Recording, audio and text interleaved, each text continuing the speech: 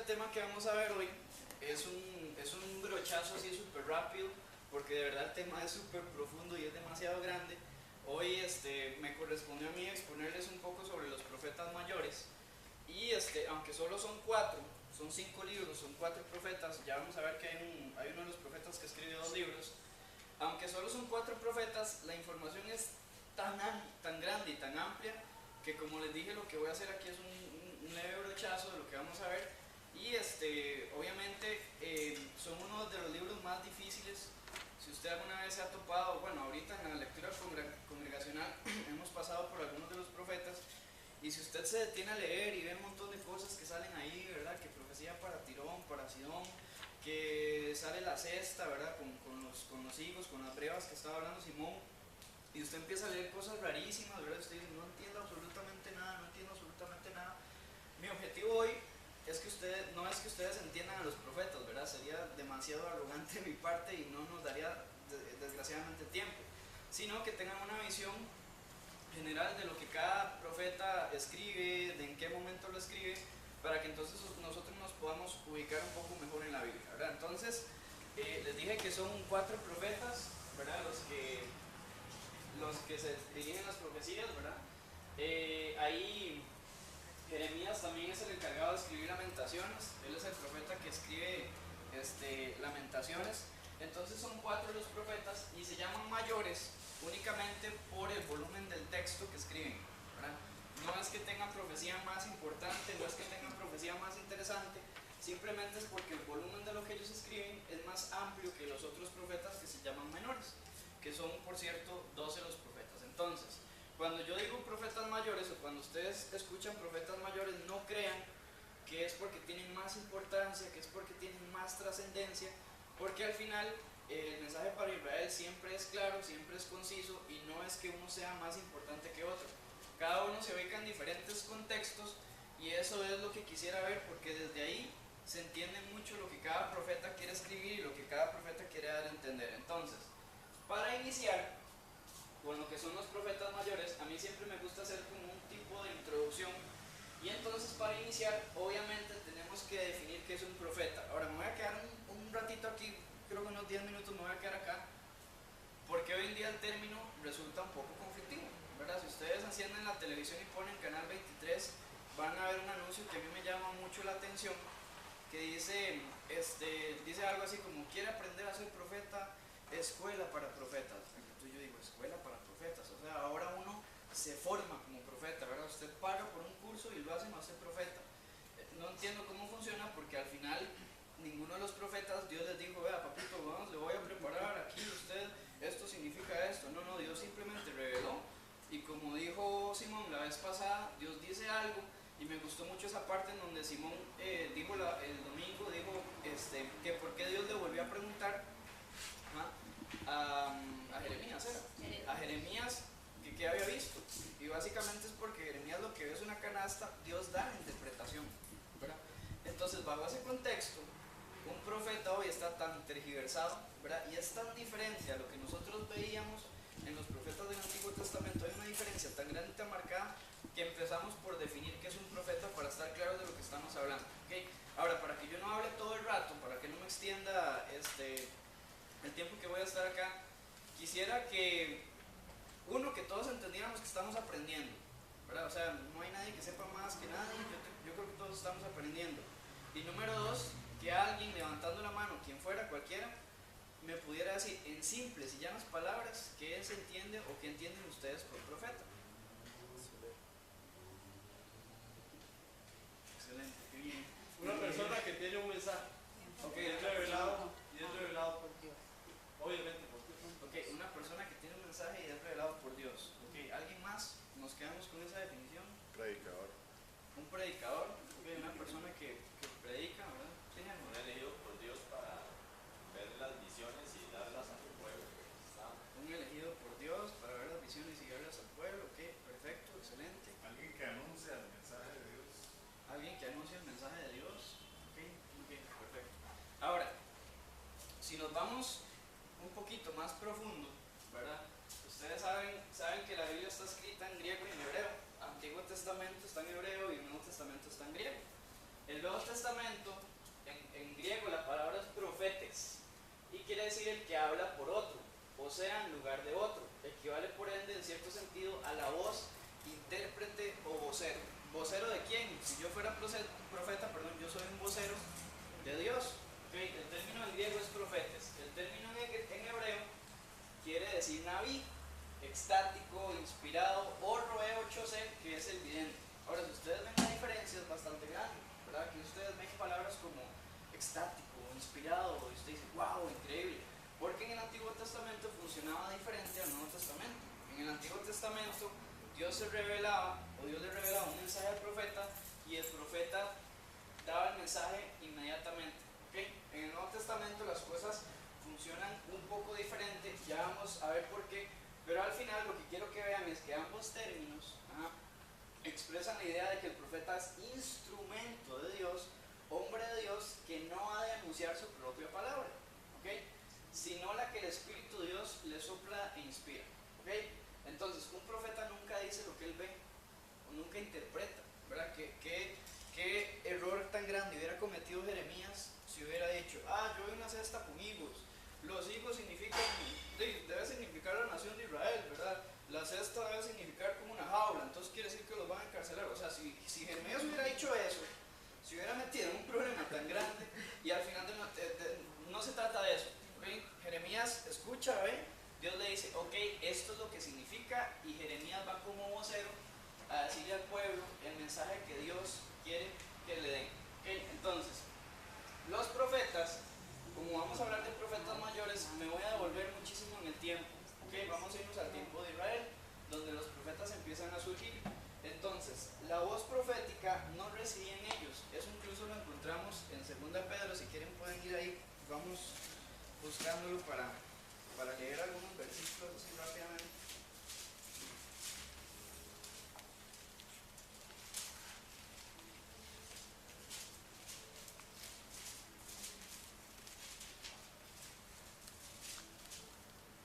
Ok, dice. Es más, voy a leer desde el 16. Les voy a leer del 16 y les voy a explicar por qué les voy a leer del 16. A mí este pasaje me gusta un montón. Recuerden que este es Pedro hablando, ¿verdad? Dice, porque no os hemos dado a conocer el poder y la venida de nuestro Señor Jesucristo siguiendo fábulas artificiosas, sino como habiendo visto con nuestros propios ojos su majestad. O sea, Pedro está diciendo, nosotros vimos, ¿verdad? Vimos a Cristo, vimos los milagros, vimos todos. O sea, no estamos hablando con fábulas, estamos hablando, 2 Pedro 1, 16, ¿sí? Estamos hablando como nosotros vimos.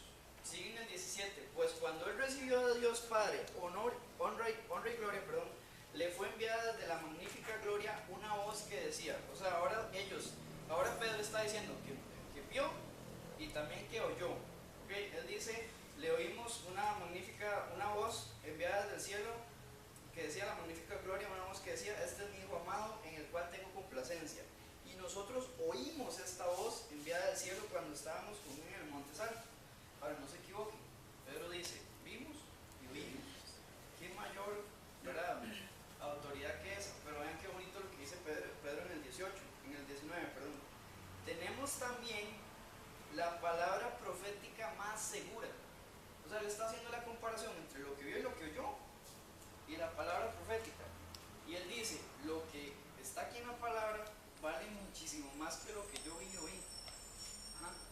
Vean que Dios se revela ahora aquí. ¿Okay? Sigo. 19. Voy a seguir del 19. Tenemos también la palabra profética más segura, a la cual hacéis bien estar atentos como una antorcha que alumbra en un lugar oscuro, hasta que el día esclarezca y el lucero de la mañana salga en vuestros corazones. Entendiendo primero esto, que ninguna profecía de la Escritura es de interpretación privada, porque nunca la profecía fue traída por voluntad humana, sino que los santos hombres de Dios hablaron siendo inspirados por el Espíritu Santo. Más claro no puede estar. El profeta es únicamente un vocero, ¿verdad?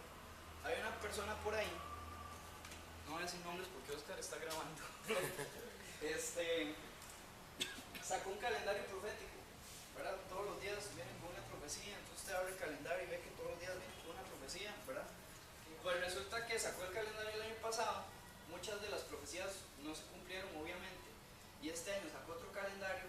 se atrevió a decir lo siguiente: Dios dice que el periodo se extiende.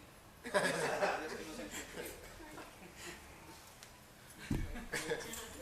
¿Qué hay que decir? O sea, no hay que decir nada. O sea, ahora Dios dice que lo que había dicho en el calendario, ¿verdad? Y no, es que no se pudo cumplir, ¿verdad? Dios lo va a cumplir el otro año. O sea, eso no es hablar de parte de la voz de Dios. Porque al final, los profetas recibían visiones, Dios se les revelaba a ellos, ¿verdad?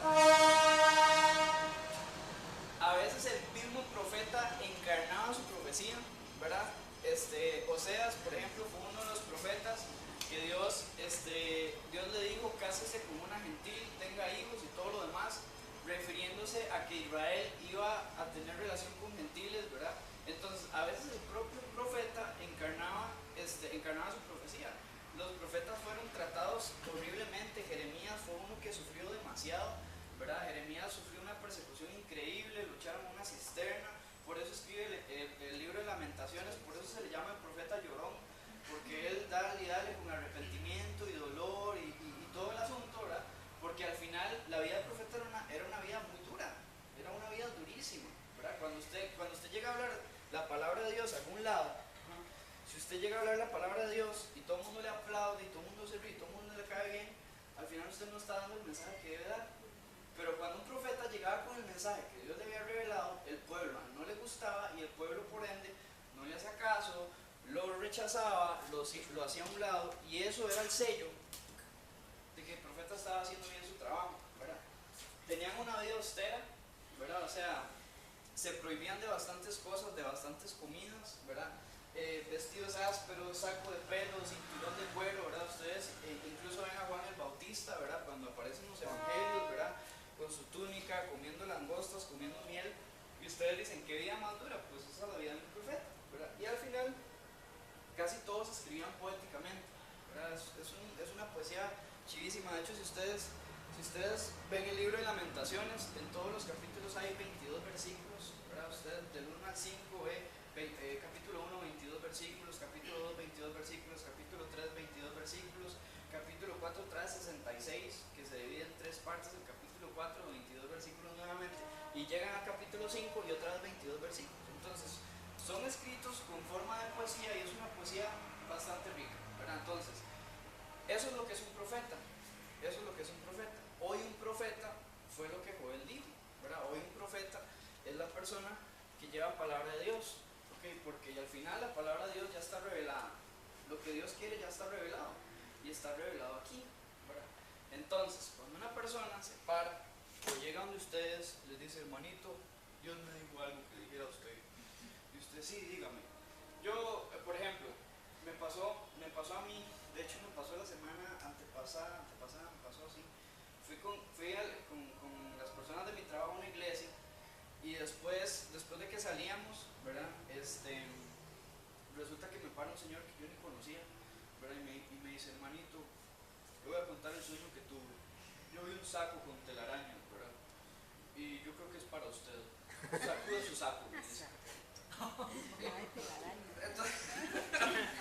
Entonces ahí es donde usted dice: sacuda su saco. O sea, ¿qué significa sacuda mi saco, verdad?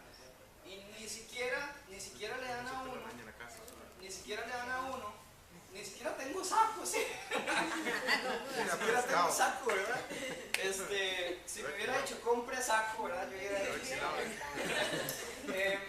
Pero al final es eso, me dice: sacuda el saco. Y Dios siempre que da palabra, Dios dice qué significa. Si ustedes ven el libro de Apocalipsis, siempre que viene una profecía, Dios dice: y las 7 estrellas simbolizan las 7 iglesias. Siempre todo lo trabaja así.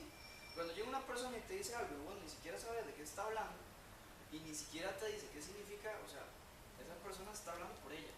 Simplemente soñó algo, se lo soñó, lo quiso decir, lo sacó para jugar de muy espiritual, y al final no quedamos en nada.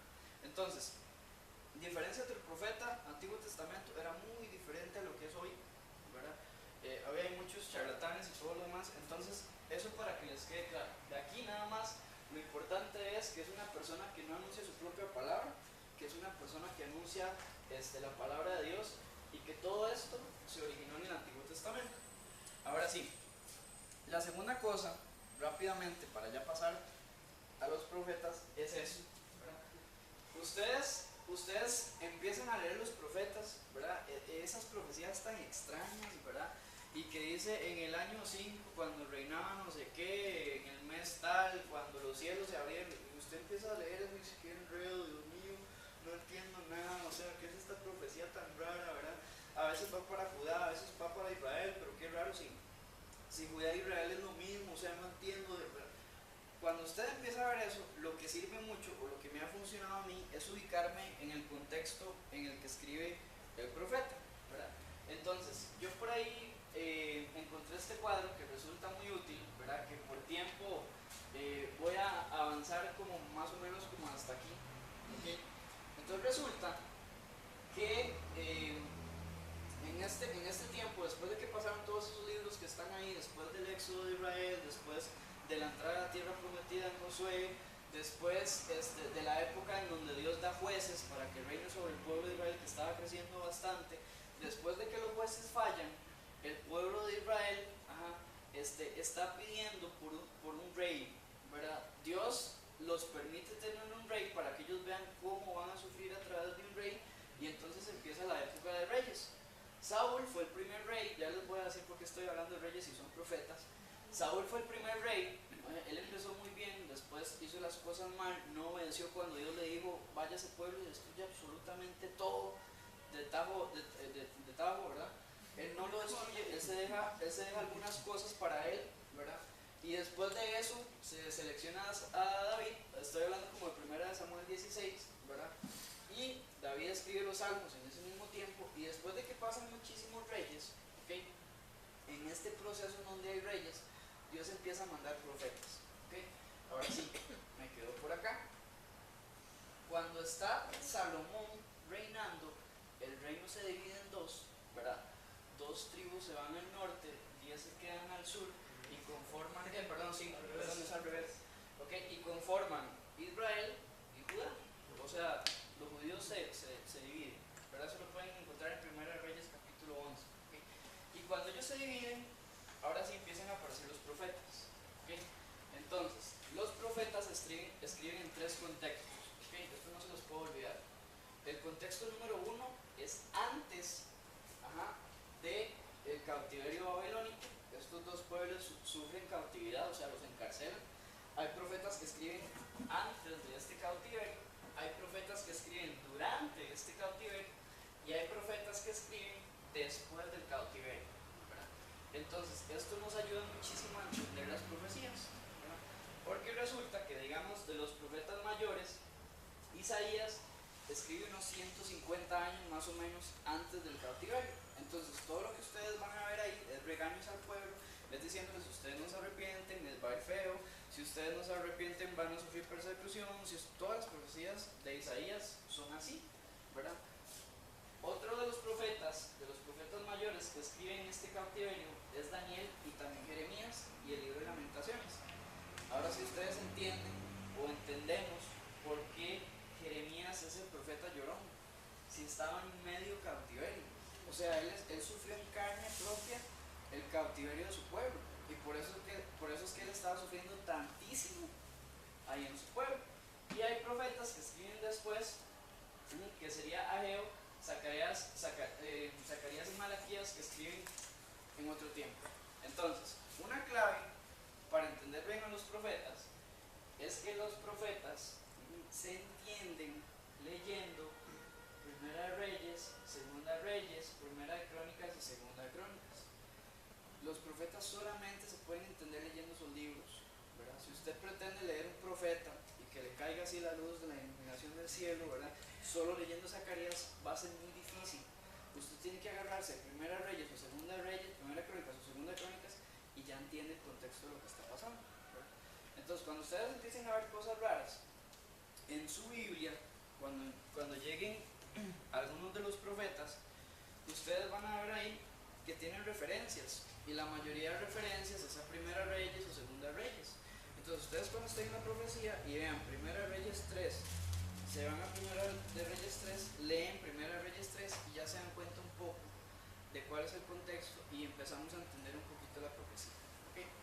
Porque lo que ha hecho la iglesia durante mucho tiempo es que profecía sin ningún contexto, ¿verdad?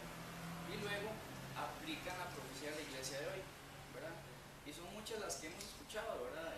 Por ejemplo, aquella famosa de trae tus diezmos al alfolí, ¿verdad? Cuando están preparando el asunto para el diezmo, ¿verdad? Y recuerden lo que dijo el profeta Malaquías, ¿sí? El profeta Malaquías, trae vuestros diezmos al alfolí. Eso tiene todo un contexto, ¿verdad? En ese momento no estaban dando los diezmos, el pueblo estaba dispersado, ¿verdad? Ahora, si yo agarro algo de allá y lo traigo aquí, eso es fatal, estoy distorsionando absolutamente todo, ¿verdad? Entonces, con ese contexto, con este cuadro, ya uno va entendiendo más o menos cómo es que se mueven los profetas, por qué funcionan así y cuándo escriben lo que escriben. ¿De acuerdo? ¿Vamos bien hasta aquí?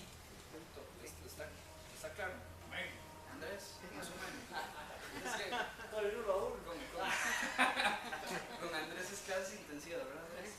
Sí, ok. Entonces, así es como funcionan los profetas. Tienen un contexto bien marcado y si uno saca cosas del contexto, o sea, fatal, lo distorsiona absolutamente todo. Para darles un ejemplo, por ejemplo, es como, no sé, es como si mi mamá, por así decirlo, a mis 28 años, ¿verdad? Todos los días se levantara y me dijera, ya está bonito. O sea, fatal el contexto, ¿verdad? O sea, ubíquese, ¿verdad? Parecido. Parecido. Entonces, Por ahí vamos. Es un ejemplo. es un ejemplo, sí.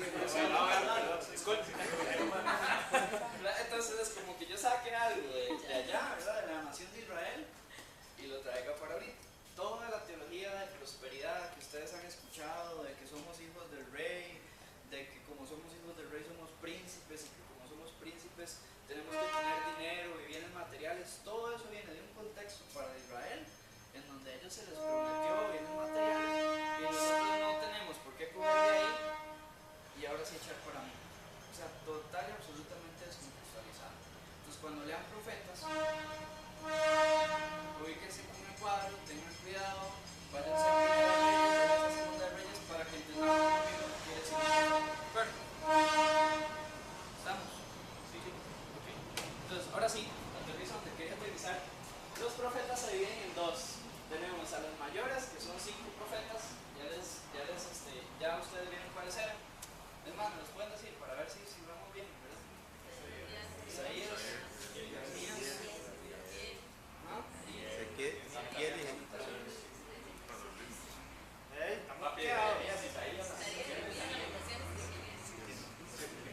Y los menores, que son 12, ¿verdad? Son mayores simplemente porque tienen más grande cantidad de texto, a excepción de Lamentaciones, que es un poquito corto, pero como es de Jeremías, se mete dentro de los profetas mayores. Entonces, los libros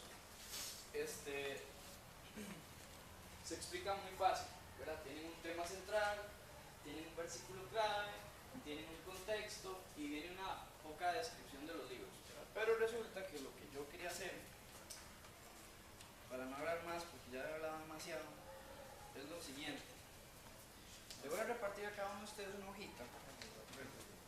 Y se acuerdan que la vez pasada estuvimos como jugando con los números, ¿verdad? Que eran unos números y uno así ahí, ¿verdad? Todo el asunto. Pues resulta que ahora ustedes van a tener que trabajar en equipo, por así decirlo. ¿Ok?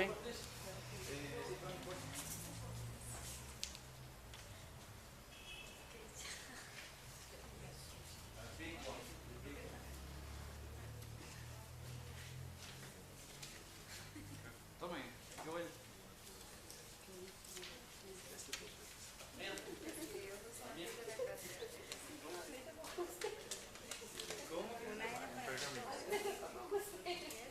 A ver, por ejemplo, vean, voy a explicarlo así fácil. Digamos, yo tengo este papelito que dice de la siguiente forma. Dice, el Todopoderoso que planea el futuro. Este es el tema central de un libro, ¿verdad? Entonces lo que ustedes van a hacer es que van a leer lo que ustedes tienen en su papelito y no importa, o sea, batéenlo. Yo no estoy esperando que ustedes lo peguen, de hecho yo ni siquiera lo puedo pegar, ¿verdad? Pero es como para que se levanten y se estiren, ¿verdad? Y no se duerman porque ya había algunos ahí como cabeceando, ¿verdad? Entonces, este es el tema central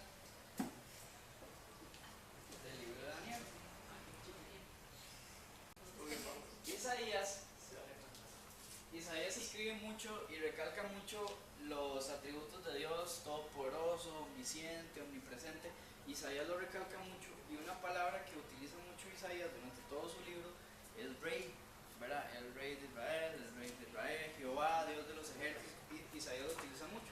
Entonces Isaías quiere hacer ver a Dios o a Jehová como el rey que gobierna toda la historia, ¿verdad? Entonces este va aquí. Ese era mío, pero no hay que tiene ustedes ahí pegados. Está botando todo. Van a cayendo las manos. Después, si ustedes se acuerdan, ¿verdad? Y yo creo que sí se acuerdan y te acordaste súper bien, Isaías escribe 150 años antes de la cautividad. Entonces está bien, esto va en Isaías, pero es parte del contexto de Isaías. Ok, después, este versículo, ¿quién puso este? Marcia. ¿Está bien, Marcia? No se vale, no se vale. Un copy ahí para marzo. Al final, Ese Dios me seguía. Ay, no, entonces la mía está mal. digamos, dice, acordaos de las cosas pasadas desde los tiempos antiguos, porque yo soy Dios y no hay otro Dios y no hay nada semejante a mí, que anuncio lo por venir desde el principio, desde la antigüedad, lo que aún no era hecho, que digo, mi consejo permanecerá y haré todo lo que quiero, ¿verdad? Ese es como el pasaje clave de Isaías. Isaías también tiene mucha profecía sobre la segunda venida. Entonces, ese es el versículo clave de Isaías. El contexto, básicamente, Isaías escribió unos 150 años antes de la cautividad, por eso es que les dije que pasa regañando mucho, insistiendo, arrepentimiento y todo lo demás. Ok, la descripción del libro. Se cayó. Cayó, está en la masa. Una uña. No con la tienda. Al final, ¿cómo sabemos que es esta? Muy sencillo, porque todavía no ha pasado nada malo, ¿verdad? Dios está enojado, pero todavía no ha pasado nada malo, está dando tiempo para que el pueblo se arrepienta. Entonces dice, Dios manda esta profecía a Judá y Jerusalén porque estaba enojado, ¿verdad? Oh gente pecadora, pueblo cargado de maldad, generación de malignos, hijos depravados, dejaron a Jehová, provocaron a ir al santo Israel, se volvieron atrás. Pero Dios todavía está dando chance para que ellos se arrepientan. Venid luego, dice Jehová, y estemos a cuenta. Si vuestros pecados fueren como la grana, como la nieve, serán emblanquecidos. Si fueren rojos como el carmesí, vendrán a ser como blanca lana. Entonces, en resumen, rápidamente, Isaías ve a Dios como el rey que gobierna toda la historia. Este es el versículo clave. Ahora les doy el versículo con la cita, porque si les ponía obviamente el versículo, el contexto es 150 años antes de la cautividad o de la dispersión babilónica, y los voy quitando porque ya se van a caer, ¿ok? Y esto es parte de lo que está pasando. Todavía Dios no ha ejecutado su mano sobre el pueblo, ¿ok? Después sigue Jeremías, ¿ok? Es Tenía tres. no, voy a ir pegándolos yo mejor porque si no nos vamos a enredar, ¿ok? Entonces, en Jeremías, ya ahora sí estamos en la cautividad, ¿ok? Y como nosotros estamos en la cautividad, el tema del libro es el juez que recompensa la iniquidad, ¿verdad? O sea, ya no hay más chance para Israel, ya toca castigo. Y por eso, ese es el tema del libro, es Dios, es Jehová, recompensando la iniquidad de su pueblo. Y por eso, el versículo clave, ok, muy bien, excelente, lo pegaron muy bien, ¿verdad? Es ese. Y a causa de toda tu maldad proferiré mis juicios. ¿Usted sí? ¿Qué manera, sí? Pero yo le ayudé, ¿verdad? Y a causa de toda tu maldad, ahora sí proferiré mis juicios contra los que me dejaron e incensaron a esos extraños y a la obra de sus manos adoraron. O sea, ya estamos ejecutando el castigo, ya se está ejecutando el castigo en ese momento. Después Jeremías escribió un poquitito antes de la cautividad, pero así un poquitito les estoy hablando como de 10 años, 5 años. Pero dice, los judíos siguen en pecado. Jeremías 22:13, porque dos males ha hecho mi pueblo, me dejaron a mí, fuente de agua viva, y cavaron para sí cisternas rotas que no retienen agua. De ahí la última exhortación, Jehová me envió a profetizar contra esta casa y contra esta ciudad todas las palabras que habéis oído. Mejorad ahora vuestros caminos y vuestras obras, y oíd la voz de Jehová vuestro Dios, y se arrepentirá Jehová del mal que ha hablado contra vosotros. como no hay arrepentimiento después de Jeremías, viene castigo. ¿Ok? Ahora, Lamentaciones, yo les acabo de decir, para que no se enreden, hace un ratito les dije que Jeremías estaba en la cautividad, ¿verdad? Si ustedes me pusieron atención, yo leí aquí que es antes de la cautividad. Entonces ustedes dicen, ¿cómo? O sea, antes o en el medio. No, es que Jeremías sufrió los dos periodos. Su libro de Lamentaciones, ahora sí, su libro de Lamentaciones sí está escrito en el periodo de cautividad. O sea, Lamentaciones tiene nombre por eso. Y entonces, ahora sí, ese es el versículo largo que ustedes vieron aquí, que yo no sé si estaba pegado bien, pero al final, vean qué bonita, por eso les digo que es como que los profetas eran como poetas. Dicen, ¿cómo ha quedado? Perdón, sí. Muy bien, no pusieron atención. Increíble. ¿Cómo ha quedado sola la ciudad populosa? La grande entre las naciones se ha vuelto como viuda. La señora de provincias ha sido hecha tributaria. Amargamente lloran la noche y sus lágrimas están en sus mejillas. No tiene quien la consuele de todos sus amantes. O sea, escribe muy bonito, ¿verdad? Aunque sea algo feo. Todos sus amigos le faltaron, se le volvieron enemigos. Judá ha ido en cautiverio a causa de la aflicción y de la dura servidumbre. Ella habitó entre las naciones y no halló descanso. Todos sus perseguidores la alcanzaron entre las estrechuras, ¿verdad? Entonces, en el contexto, bueno, ahora sí estamos en medio de la cautividad babilónica, y la descripción es que ya en ese momento ya se está llevando a cabo la cautividad babilónica, ¿verdad? Entonces el pueblo está sufriendo mucho, pero aún así, ¿verdad?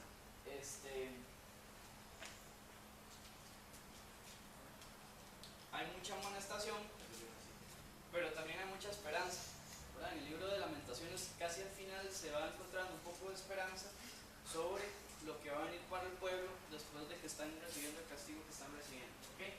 Pasamos a Ezequiel. ¿Okay? Ezequiel está bien, es el Dios que lo domina todo. Si ustedes ven el libro de Ezequiel, van a leer muchas veces que dice, y así ejecutó Jehová, porque Jehová tiene todo bajo control. O sale mucho la palabra control, sale mucho la palabra ejecutar, sale mucho el poder de Dios. Entonces al final, Ezequiel da a entender que Dios está en control de todo, y ese es el tema principal del libro, ¿verdad? Ok, esto está perfectamente bien. Este es el versículo clave, y sabrán que yo soy Jehová su Dios, cuando después de haberlos llevado al cautiverio entre las naciones, los reina sobre su tierra sin dejar allí a ninguno de ellos, ¿verdad? Y el contexto es...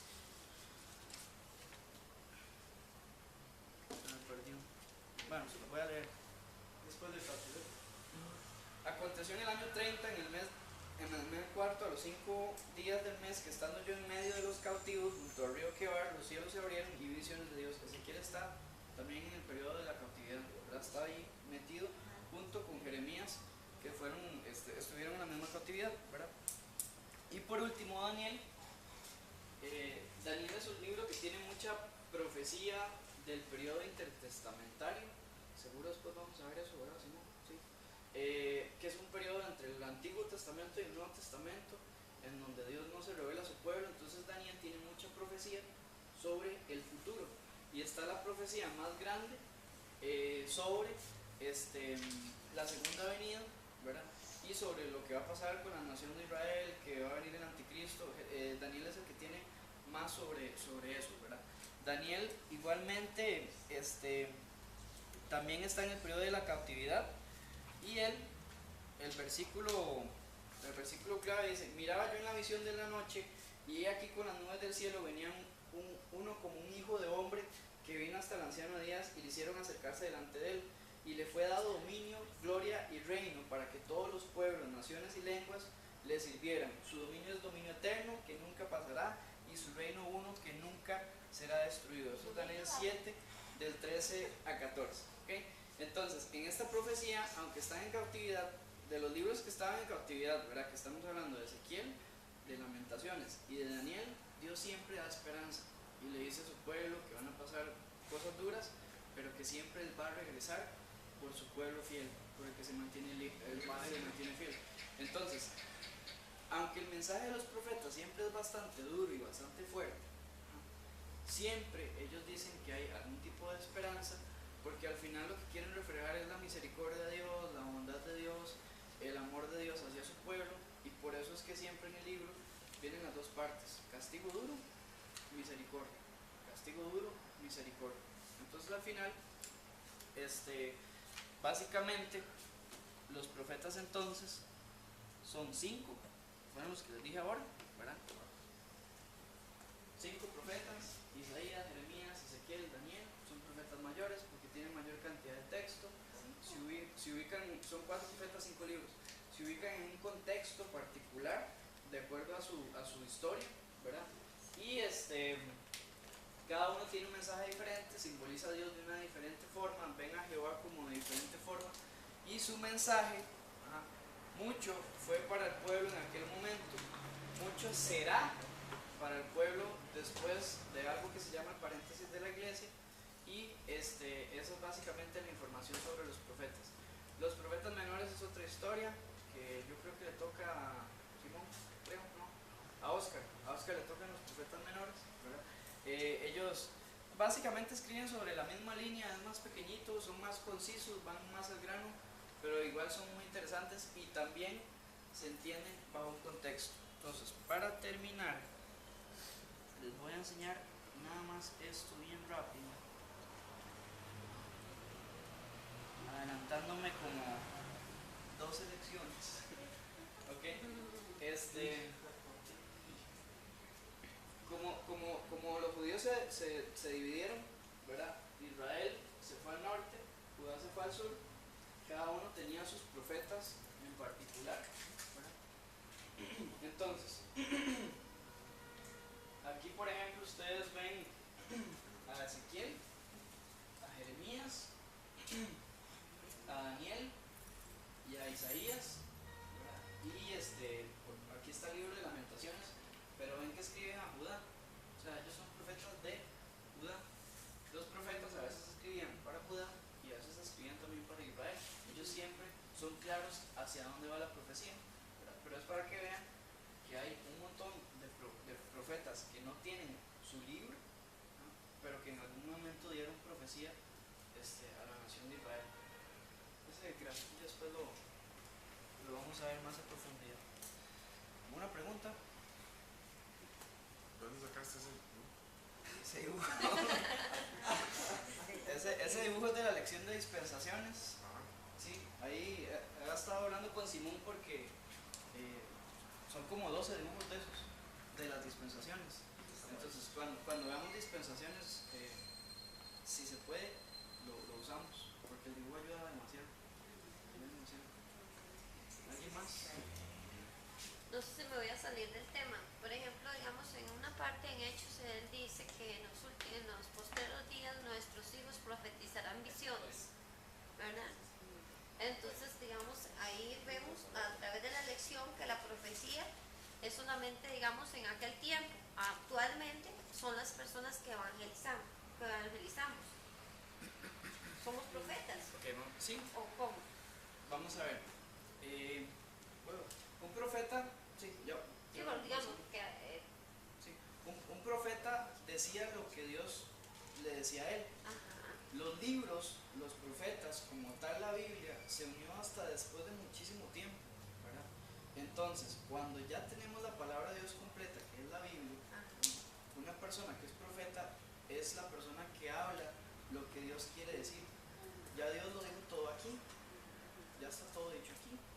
Por lo tanto, si yo voy a alguna parte, leo la Biblia, doy algún mensaje conforme a lo que Dios quiera, no tuerzo nada y hablo palabra de Dios, eso es como si yo esté profetizando. Pero yo les quería hacer una introducción del término profeta, porque todo el mundo lo ha entendido como que es la persona que dice, silencio, Dios va a hablar, ¿verdad? Dios dice que tal cosa, sin Biblia, sin versículos, sin apoyo de ninguna clase, simplemente que Dios me habló a mí, yo lo escuché ayer en la noche, me dijo que hoy casualmente, ¿verdad? Bueno, es que a mí me da cólera.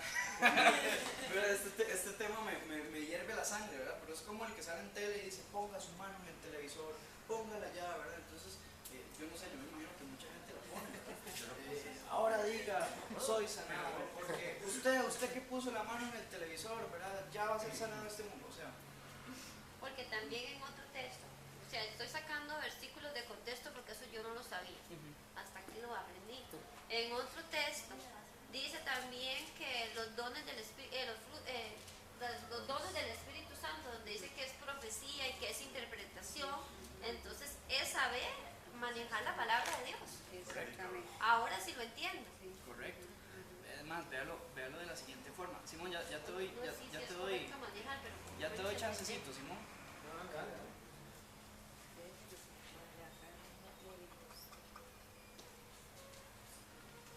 Por eso es que yo les leí el versículo de Pedro. O sea, Pedro que vio cosas, que escuchó cosas, ¿verdad? Él dice, o sea, yo escuché y vi, pero ustedes tienen la palabra que es más segura todavía. ¿Por qué? Porque al final los sentidos nos pueden engañar muy fácil. Los sentidos nos engañan facilísimo, ¿verdad? Vaya usted en su carro, fíjese en el espejo retrovisor. Todos los espejos retrovisores dicen los objetos están más cerca de lo que usted mira. O sea, los sentidos nos engañan. Entonces Pedro lo que dice es, yo vi y escuché, pero ustedes tienen la bendición de que está escrito ahí, ¿verdad? Es más seguro lo que dice ahí que cualquier cosa que se me vaya a ocurrir a mí. Por eso es que las iglesias hoy en día mueven un montón de emociones, ¿verdad? Pasan a la gente la música, ¿verdad? Empiezan a bajar el tono de voz, ¿verdad? Hermanos, bendecidos, gloria, victoria, ¿verdad? Y mueven todo un esquema emocional, ¿verdad?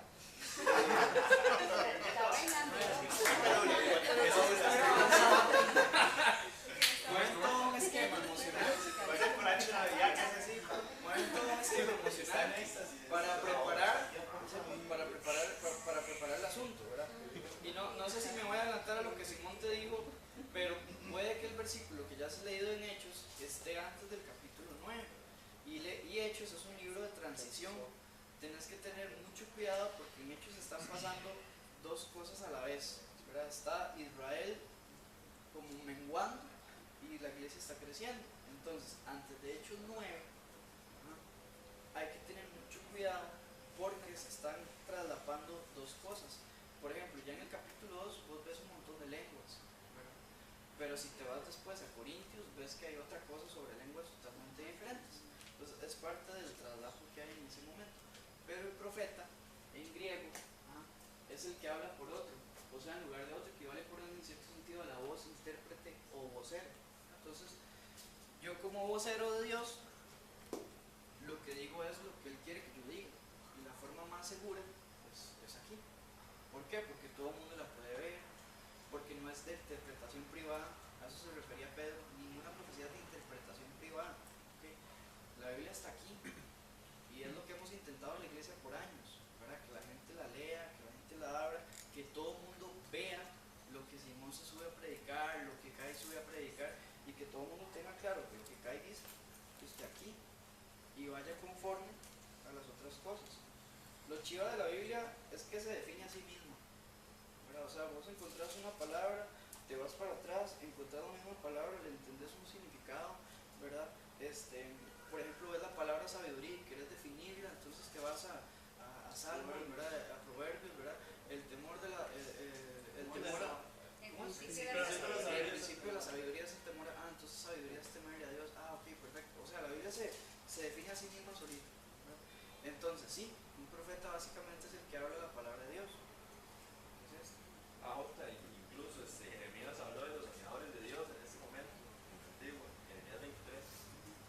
Ahora, siguiendo en el Nuevo Testamento, por ejemplo en Tesalonicenses, en 2 Tesalonicenses, Pablo habla mucho y dice, cuidado con los falsos profetas, cuidado con los falsos maestros, tengan cuidado porque se disfrazan como ovejas, si son lobos rapaces que se disfrazan de ovejas. Él advierte y advierte y advierte y advierte y advierte, porque eso es lo que estaba pasando, ¿verdad? En Hechos también ves donde hay varias profecías, son judíos, ¿verdad? Pero aún así hay gente que se atreve a profetizar que muere o de una vez recibe un castigo de Pablo. Me acuerdo no me acuerdo cómo se llamaba, pero ve a Pedro y a Juan haciendo un milagro y él les da plata y les dice, Simón el mago. Entonces Simón Oigan, Simón les dice, ¿verdad? Yo quiero tener eso que ustedes tienen, plata, ¿verdad? En el contexto de hoy es como si yo quisiera llegar a una escuela y pagar y decir, yo quiero ser profeta, tome. O sea, Dios no trabaja así. Dios le revela lo que le da la gana, ¿verdad? Usted tiene la Biblia, Dios le revela aquí todo. O sea, no se arriesgue a que usted tiene un sueño y lo va a interpretar. Como dijo Simón, clarísimo, ¿verdad? A mí me gusta mucho el ejemplo, porque Dios le dice a Jeremías que vio. Porque lo único que quería saber es lo que había visto Jeremías. Dios después le dice qué significa. Yo no tengo ni derecho, ni poder, ni potestad de adivinar lo que Dios quiere decir, y menos de